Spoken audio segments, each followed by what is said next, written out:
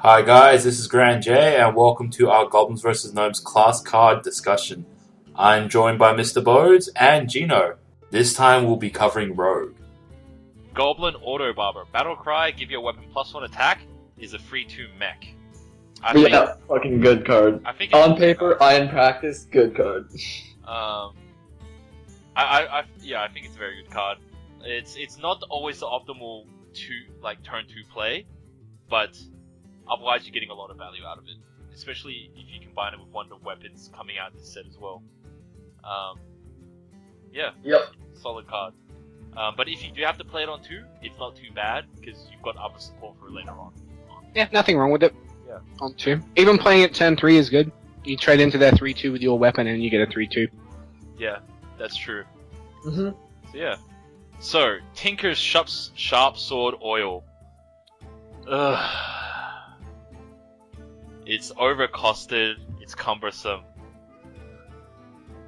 And yeah, it's overcosted and cumbersome. Yeah, I agree. I think Give 4 mana. 3 attack combo. Oh, okay. Yeah, so it's give your weapon +3 attack, and then combo, give a random friendly minion +3 attack. I think that it either costs too much, it's too random, or yeah, it's either costs too much or it's too random. I kind of like it, you know. It's also hard to get a combo off with a 4 mana cub. Yeah, that's true. Yeah, I don't think the payoff is big enough for it. Like a lot of the combo cards, I don't think the payoff is big enough for it. There are some obvious exceptions to that, but I think that a 4, like playing this on turn 6 is fine, you know, if you play a 2 mana creature, but it's weird, it's weirdly clunky. Yeah, there's only really 2 weapons that you would want to play this with to make it worth it, and that would be either Cogmaster's Wrench or Assassin's Blade, because that's the most durability out of the weapons. But otherwise, playing it on to like your normal dagger or a Perdition's Blade isn't as super efficient. Yeah, I agree. Unless you're hitting face, and then it's not bad. But yeah, so suboptimal. Iron Sensei, man, this card is good if you can protect him, but he always seems to die super quickly. I think this card's really good. It makes Mech Rogue really good. I like it because it's guaranteed to have an effect, because it's at the end of your turn, not the start of your turn. So, I don't know. Yeah, I like it. I've played Mech Rogue a lot in the last couple of days. Yeah, he's good, except he's got the biggest target on his back. Yeah, he's not going to stay alive, but again, not super big deal. Unless you play like Conceal or some shit. No, I wouldn't. I think this card's just good. It's better. It's like a better Shattered Sun Cleric, and that's makes it worthy enough. Yeah, like +2. Wait, is it a random? Is it a random mech? It's a random friendly mech.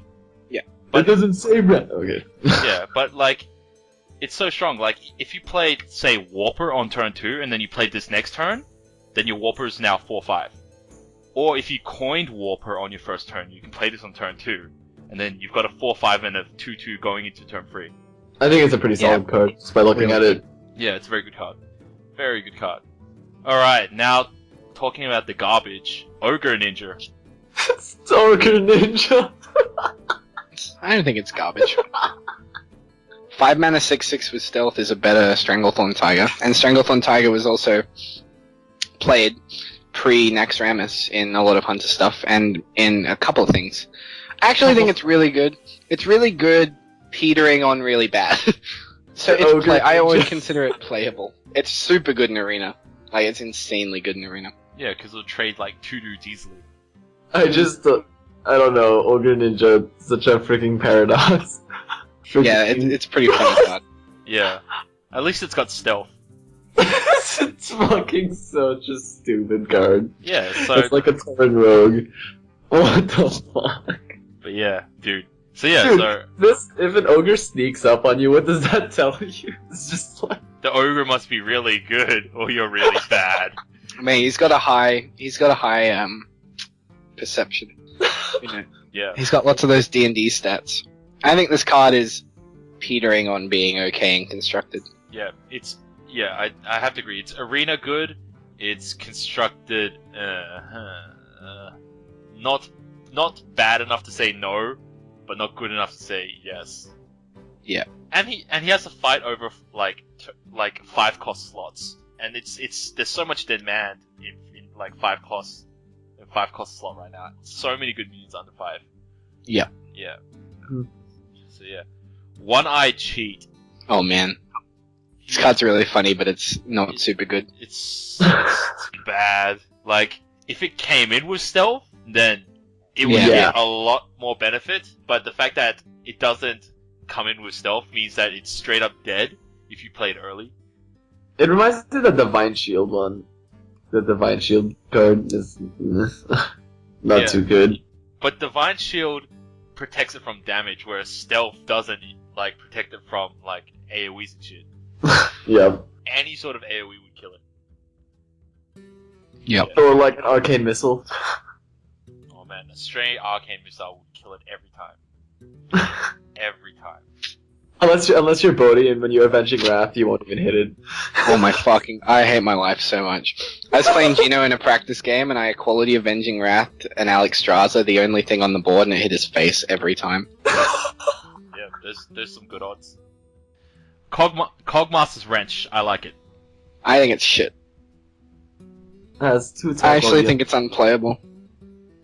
Okay, so a free weapon that costs 3 is good, but the only reason why you think this is bad is because you need to have a mech to give it +2 attack, right?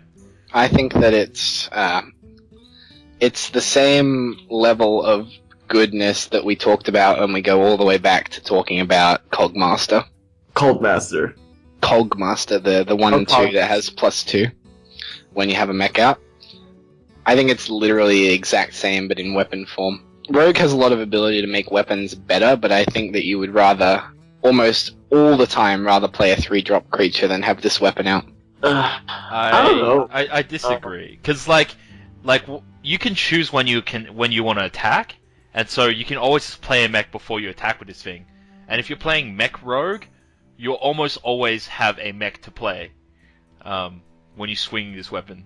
I feel that it's like, look, Fiery War Axe is strong because like you can kill. It's 3 damage with 2 durability. So this is like 1 better up on Fiery War Axe on assuming that you have a mech all the time, or like that you can play a mech every turn. Discuss one more though. Yeah, for 1 extra durability. Yeah. I mean, I don't know. The thing that makes Fiery War Axe good is because you could play it on turn 1 with the coin, or turn 2 when you go first, and that's basically when you want to play the Fiery War Axe. That's when it's the most useful. That's when you could capitalize on killing the 2 and the 3 drops. Having this at turn 3 though, it's just, I don't know, like tanky creatures, maybe like Spider, what was it? Spider Mech? Spider Tank. Spider Tank, yeah. Spider Tank. Stuff like that could Tank. survive against the Cogmaster's Wrench. I don't know. I just don't think it's very good. There's no reason for me to play this card instead of a 3-drop and have a hero power out. I mean, in Arena, also, it has to be you said don't this have card to is... attack with it. You could wait to put down a mech next turn too, so as well. Like, you're 1 turn closer to just being Harrisoned or... True. I don't know. Yeah. I think personally, the hero power is enough for Rogue. With Goblin Auto Barber, with things like Assassin's Blade being there, with Deadly Poison and Blade Flurry, I think it's enough. Like, I would rather run Assassin's Blade than Cogmaster's Wrench. Mm-hmm. Alright. Next card, Sabotage. Destroy a random enemy minion, combo, and your opponent's weapon. It's like a sideboard card. I feel that the fact that there's not enough weapons in enough classes makes it hard to justify. It seems only relevant in Warrior consistently. Paladin, it's very difficult to justify. I think it's a pretty decent removal. Like, It's random, though. It's not I know. target, and that's what makes it less appealing. I think it's fine, but I think it's a sideboard card. I don't think this is an auto-include in any decks unless you're playing against a field full of Warrior. Oh, and you have Blingatron. And you just... Yeah, Gino only says that because that one time I played Blingatron in this card and I killed all his shit. That's hilarious. So good. Yeah, it's the only time when it's good. Well, I think this card is like a sideboard card. Yeah, Suitable sometimes. In Arena, it's actually pretty good. because it at least destroys a dude. Yeah, it gets rid of a dude, and there are quite a few weapons in Arena. Yeah, because weapons are definitely higher priority in Yeah. But seriously, like, if there was a stealth Mal'Ganis, you could just kill it instantly. So, yeah, But if it was a stealth Mal'Ganis next to a stealth, like, Oh. Blood Imp or something, then you'd be like, oh shit, I can't guarantee killing Mal'Ganis. I think it's like a slightly worse Deadly Shot. And Deadly Shot was playable sometimes. Yeah, I think you're right. That's a good comparison. You're paying 1 extra mana to, let's say, like, sometimes get rid of a weapon. It's never guaranteed. Like, you're paying 1 extra mana for a pretty solid upside, but it's not a guaranteed upside. Yeah, to have the option of having an upside. And there's not a lot of space in a lot of rogue decks, so this card is more... I'm just gonna stick with saying that it's a sideboard card. Yeah. So, final card for Rogue, trade Prince Galliwix. Whenever your opponent casts a spell, gain a copy of it and give them a coin. I like it. Minion on minion combat to kill it is very difficult because it's got 8 health. Yep. And I really like its stats. 5/8. Yeah, it's got incredibly good stats. It's like a and polar it's not even a bad ability. Like, you don't really care about giving your opponent a coin most of the time. Unless they play something like Innervate. Like, let's say if they couldn't innovate into something really big, and then that Galliwix coin gave them just enough to innovate 1 higher and blow you up.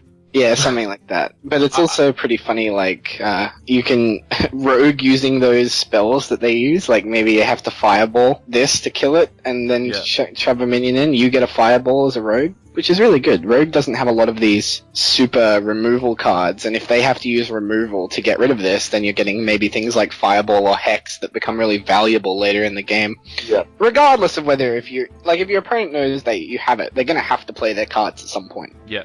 So I think this card's really good. I agree. Good Definitely stats, good ability. Good stats, good ability, and definitely the best thing about him, he's got a nice pimp hat. Yeah, he looks pimp. Has a really cool song when he comes in too. Trade Prince Galliwix. Yeah, man, definitely. I think not as bad as Millhouse Manastorm, but I think you don't really foresee all the bullshit your opponent can abuse with it until it happens.